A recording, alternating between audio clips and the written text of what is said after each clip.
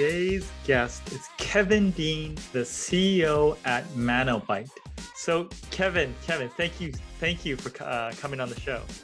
Hey, Tats, it is so great to be here. I'm excited to have this conversation with you. We're going to have a good time. Yeah, for sure. Now you have a wonderful room there, and it looks like you have sharks, and I think you have a scuba diving hobby. Yeah, I love scuba diving. So I've been scuba diving for a long time. I've actually scuba dove in the Red Sea, scuba dove in Hawaii, and our company name ManoByte kind of came from my obsession with the water and scuba diving. So Mano is the Hawaiian word for shark. So ManoByte means actually shark bite. So that kind of is how the name kind of came about. It's one of my favorite things to do. I love it. Awesome, and I think one of your goals was to swim with sharks. Is that correct? Yeah, that is definitely one of my goals. It's on the bucket list. I haven't dove a lot since we had kids, and I told my kids when they're 12, we'll take them and get them certified, and then once they're certified, then we'll all go dive with sharks. There's a couple places in Florida where you can go, but I was just this week talking to a friend of mine, and he was telling me about a place in South Africa in Cape Town that where you can go free diving with sharks. It's a great thing. So that's definitely on my bucket list. That's awesome. So for people that have watched Jaws and are a little scared of that thought, what what should they know? Yeah. So it's all made up from a movie standpoint, right? I think I read this interesting statistic that more people die from being hit on the head by a coconut than they do from being bit by a shark. So sharks are super docile, especially if you're in the water with them. They just kind of view you as a regular fish, and they just go about and mind their own business. I think you're probably more in danger if you're in a cage and people are chumming the waters around you. They're probably going to be more excited about that than if you're just scuba diving with them in the sea. They're just minding their own business. Yeah, for sure. Now, your background in on the business side is in building materials and technology. Now, I think you one of the main companies that I saw in your profile was Stanley Black and Decker. Tell me about that company and your role there. Yeah, so I worked for Stanley Black and Decker for a little bit as headed up digital for them, creating applications. But one of the things that was interesting about Black and Decker, it's a big company. They lots of innovation, lots of things that are going on. Big pockets for you to do lots of things. But things take a long time in a big corporation, and there's a lot of red tape that's revolved around every single idea. And even if it's a good idea or great idea, it may not ever come to life or see the light of day just based on lots of other business decisions that have to get made, which is understandable. So I actually left Stanley Black and Decker to start ManoByte, which is a digital agency, channel agency, so that I could affect change and to be able to move at the speed of change and help others to be able to do so as well. Mm. And why did you? I mean, you have some other experiences as well. Why did you settle on building materials or the construction industry?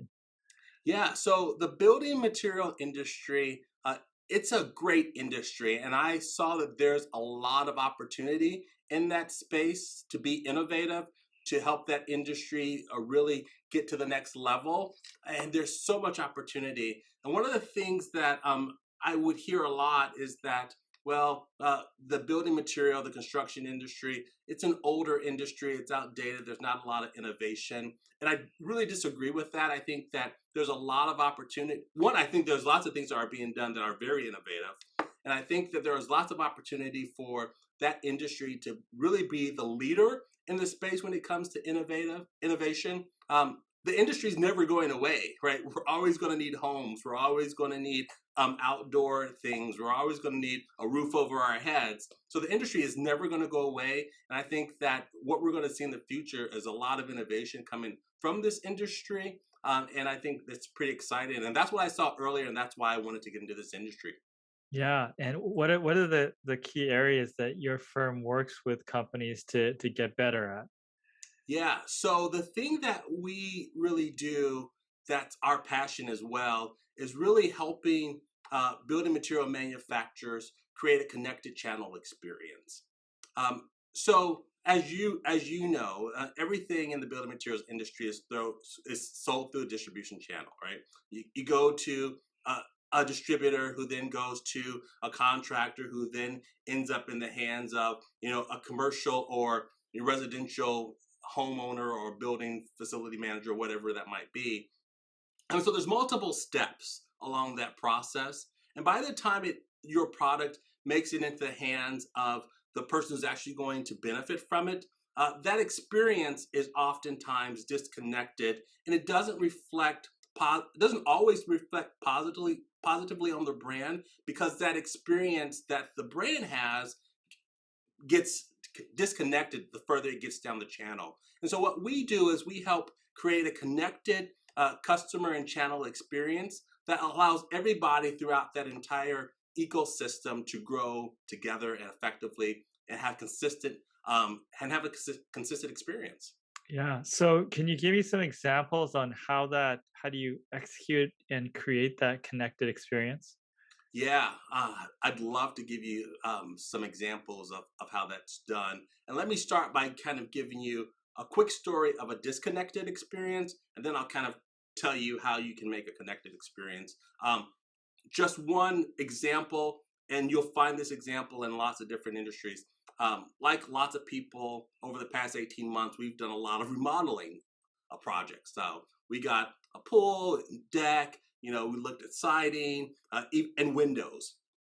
So when we were looking for windows, um, one, we were online looking for windows, couldn't find pricing anywhere, which is just crazy. That's one of the first things that people are looking for, is how much is it going to cost me. Couldn't find anything that would really tell me what style or what we really wanted. So you had to call someone on the phone, send them an email, whatever what it was, to connect with them. Then when they get in touch with you, they want to come into your house, and then they want to make sure that you've got your wife there, your kids there, the grandparents there, the dog there, the cat there. Everybody has to be there in order to buy in on this experience. They walk into your house with these huge binders of paper. Like, who uses paper? And they want to kind of have you thumb through their options, and then they lug into your house these big huge windows, and they've got the competitors windows next to it, and they've got theirs, and they want to show you this big huge dog and pony show.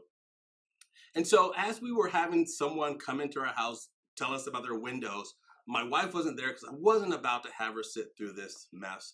And I asked the guy, hey, I want to take a picture so I can share it with my wife. And the guy freaked out. He's like, what, you're going to take a picture? What, is it going to end up on face chat or something? I'm like, Face you chat. it's like one of those. It was a horrible experience for me as a consumer. And then the guy left. It was a bad experience for them. And I never heard anything else from them, right?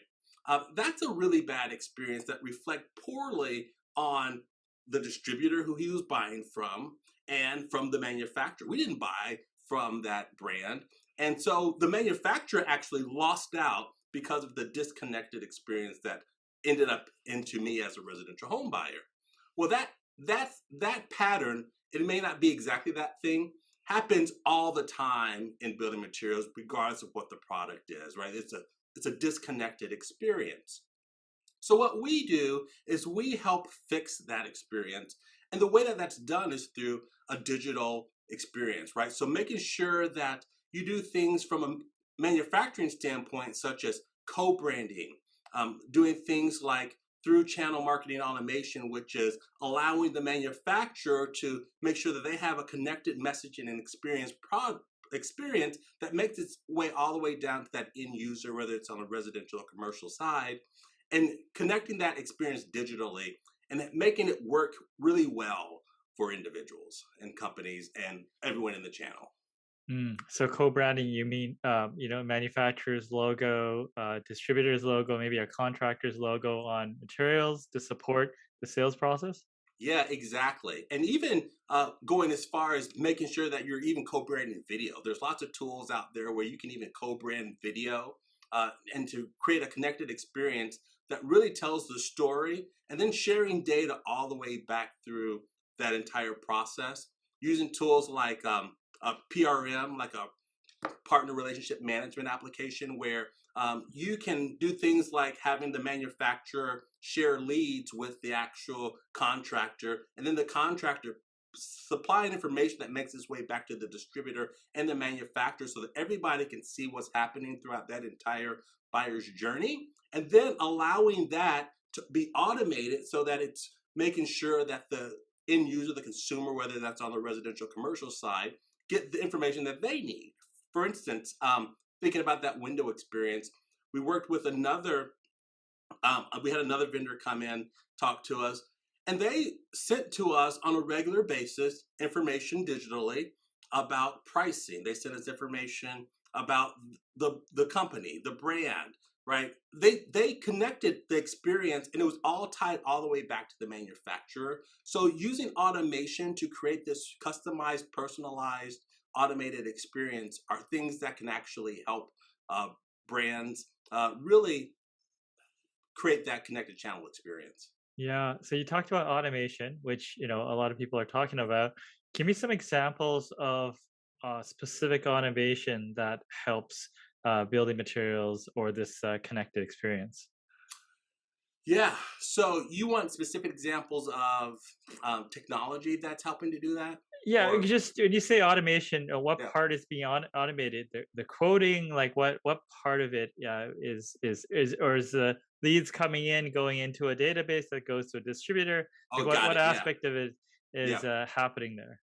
The entire buyer's journey can be easily automated today. So everything from lead routing to lead distribution, everything from quoting, right, to making sure that that's done automatically, everything from specifying, everything from everything. Like I think about the experience.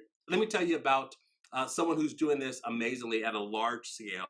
GAF, along with ABC Supply, they do an amazing um, example of this.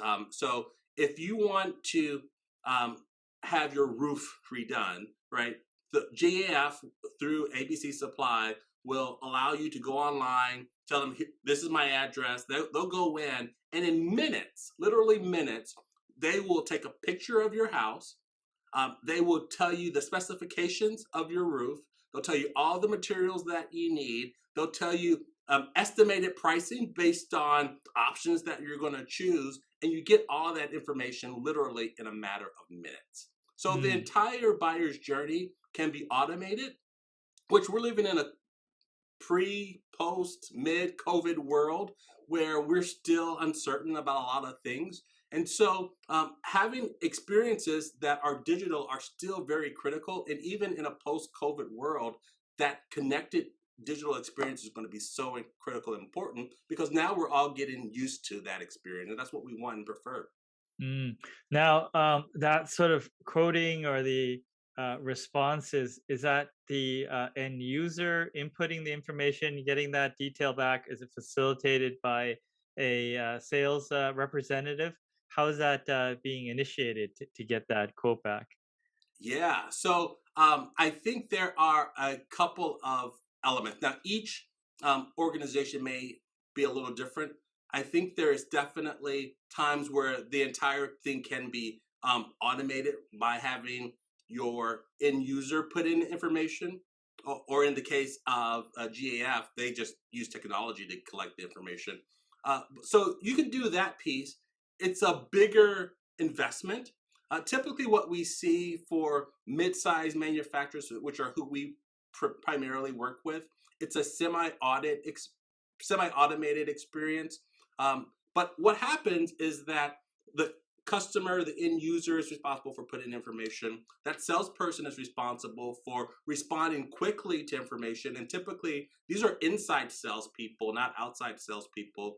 And they're putting in certain information, making sure that they understand the specifications, and then using that to trigger the automation pieces that happen next.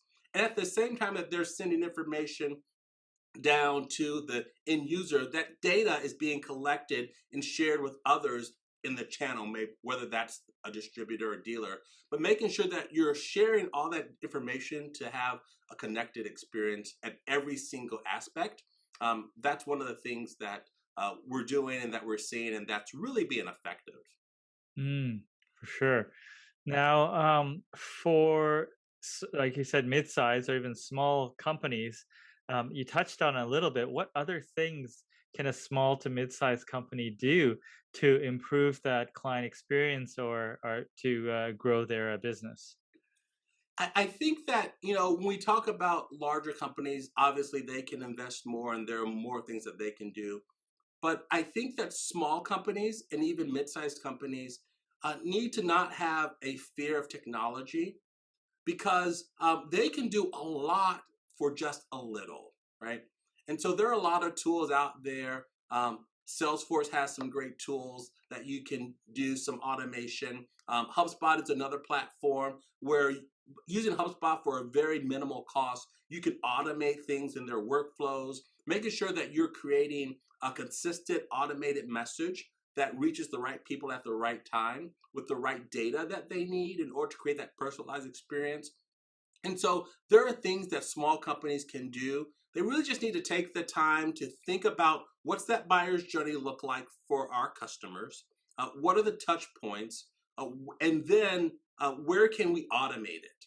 And the automation tools that are out there today are simple to use, they're easy to use, and it's really more a matter of thinking about the customer, what that journey looks like, and then don't be afraid to go out there and try the tools that are on the marketplace at a very reasonable cost, to start experimenting and testing how it works for your company. Yeah, no, it's yeah, definitely individual.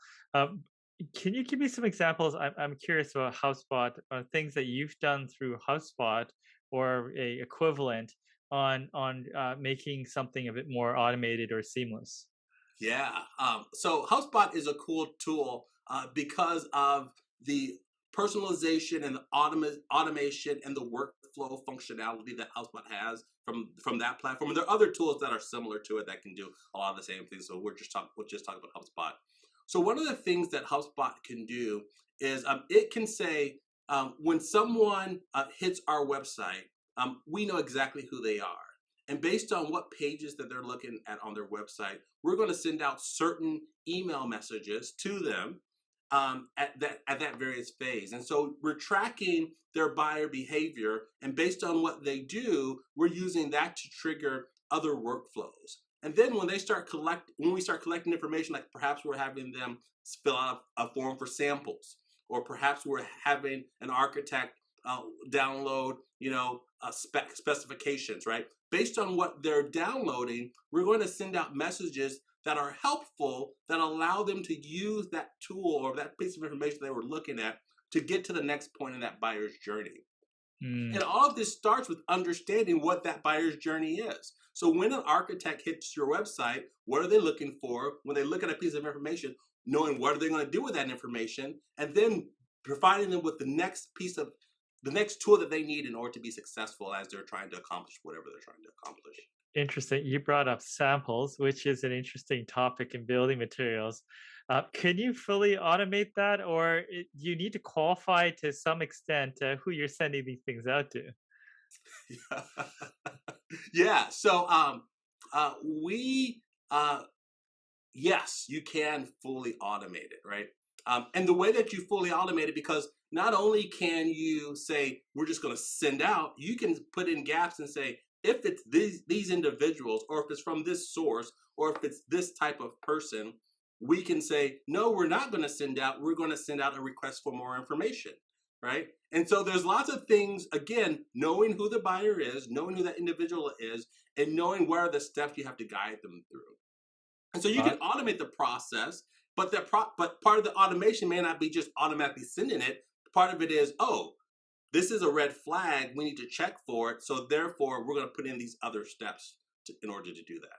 got it, got it. Some verification if required. Okay, that makes a lot of sense. Yeah, and Uh, those are the fun things to do.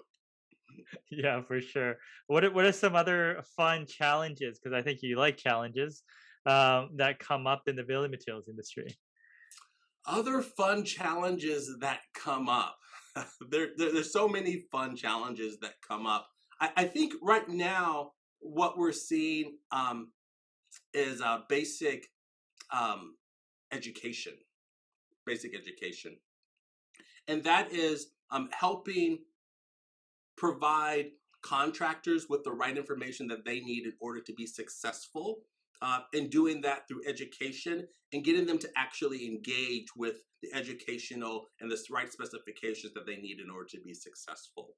Um, and so that's an interesting challenge because sometimes what happens is that nobody likes callbacks, but sometimes callbacks come because it wasn't installed improperly, right? And so by educating that contractor on how to properly use and install and whatever that product is, that's something that is helpful for everybody. But it's a challenge because uh, no one likes to read, right? So people don't like to read the specifications. So what we've heard a lot of contractors are doing is they're going out to YouTube looking for how to set up, how to install, how to use a certain product. And that's not necessarily a good thing because the information that they may be pulling up on YouTube may not be accurate for what they're trying to solve, the environment that they're currently in. And so and so that becomes an issue. And so what needs to happen and what we talk to people about is having manufacturers provide more video-based content on their website that makes it easy for contractors to educate themselves, become certified, or know how to service a certain product, but make it easy for them to get to it, easy for them to find it, and easy for them to take it and not have them go through so many hoops in order to get to that information. And so again, these challenges, while it's a different challenge from the one that we mentioned earlier, we think that they all stem back to the root of what we do, and that's making sure that you're creating this connected experience, and that's understanding what are the problems, what's the journey that each person in that channel is experiencing, and solving for that thing and making it easy for them. Yes, for sure. Now, one of the topics that come up because there's a lot more online selling and sales is the possibility of eliminating you know layers of distribution. Now, it's not that prevalent in the building materials space, but what are your thoughts on that trend and how it's happening in other industries? Um, that's I think that it's coming. It's coming, right? And I think that what's happening with distribution is oftentimes what we've seen is that distributors um, they have two primary roles. Number one is um, they kind of act as the cash register or finance for the manufacturer. Role number one. Number two is they serve as the logistics for the manufacturer, making sure that the product can be gotten quickly and then it arrives at the job site, wherever that is at the right time. Well, e-commerce does things that help to eliminate the need for them being the transaction. There's a lot of things that are interesting, like vendor managed inventory, which I think are pretty interesting. But then there are lots of tools that are out there now and services that are also handling the logistics and the distribution channel. There's a platform out there called Runner, and Mhm. Runner for building material manufacturers, where they'll actually take and deliver whatever that contractor needs to that job site for them. So why do I need to go to my local distributor, right? Why do I need to go down to the lumber yard if I can do it online and have them just bring it to me, right? That solves a problem for that. Now, the tools that are out there, the services that are out there, and they are out there, they haven't, hit the mass yet, but I think it's just a matter of time. And then I'm also excited about what Zorro is doing. So they're doing some really interesting thing from a building material marketplace.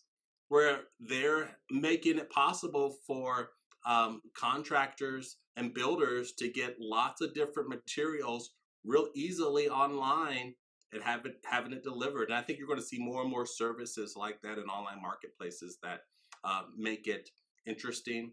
I don't think that Amazon is ever going to, you know, really have a major impact on this space, but I think that there will be specialty um, marketplaces that will make it a lot easier for builders and contractors and subcontractors to get what they need without having to make that 5:30, 6 o'clock run to Home Depot. For sure. Now, I mean, you start a business. You run a growing business. I mean, what have you learned over the years running your own business? Oh, that's a great question. I think there are two things. Two things. Um, Number one, it's always about people. It's always about people. Um, when you have the right people, that just makes everything better, right? So I think that building material manufacturers need to think about the future and the people that they're bringing in, and look at ways to attract talent. I know that's a big topic in discussion, but if you're not being forward looking about your talent today, it's already hurting you, right? So I think that that's something to think about. And what we've learned is always about people. Number two, um, change is inevitable. Change is inevitable. From our standpoint, we work from a digital standpoint, and change comes pretty quickly. And I think that you need to be smart about how you think about change, and you don't have to always go with everything that changes. That's not a smart decision. But you have to understand what those changes mean and what that means to your strategic vision as an organization.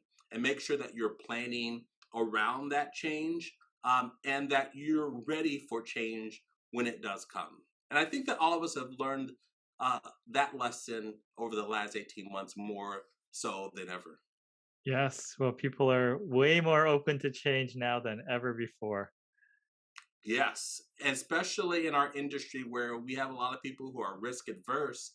I think now part of being risk averse, which I don't think that's going to change, is planning for things, right? And thinking about the change. And if you think about, here are my different options, you don't have, at least if you know what challenges may happen, and you've got a plan, you've got a playbook. Whenever it's time to make a move, you'll be more prepared and ready, at least emotionally, to make those changes. Yeah, that makes a lot of sense. So, Kevin, is there anything that I didn't ask you that you wanted to cover? Oh boy, I think we've had a lot. This has been fun. This has been fun. I think that this has been great. You didn't ask me though, about something that people don't know about me. Ah, yeah. What do we not know about you? Yeah. So one of the things is that I am a major Scrabble buff. Ah, yes, I yes, yes. love to play Scrabble. I'm a Scrabble junkie, and so I know a lot of weird, obscure words that have only two letters, and I know a lot of words with Q and K that only have two letters that you can use on the Scrabble board that you wouldn't use anyplace else in life. That's wonderful. So, I mean, I guess, how do you become? I mean, how do you become good at Scrabble? I guess, do you read the dictionary? What do you do? Like, you just go to certain letters in the alphabet and just kind of go down? Like, I'm just curious of what training looks like for a Scrabble. Bro, Scrabble champion, right? Yes. You know what happened was, when I was very young, I was a, I used to play. My grandmother played Scrabble, Mm. and so she always had a Scrabble board out at every time. So she had a dedicated Scrabble table. So every time that from the time I was a little kid, we would play Scrabble. And so I think, when I was younger, I got to use the dictionary. Right. So when I was younger, I had to use the dictionary. I could look up words. But then as I got older, like, nope, the dictionary went away. And so you had to, learn. But so, yeah, there was a lot of memorizing these obscure words in the dictionary. Right. And then over time, it's just a matter of, and I think still today, I still pick up a dictionary every now and then when I'm just playing for fun to say, well, this is all I've got. What can I make with this? And you come up with these crazy words. Like, so it's kind of fun. That's awesome. Well, thank you for sharing, Kevin, and I appreciate your insight on the industry. Yeah, you're welcome. This was a lot of fun.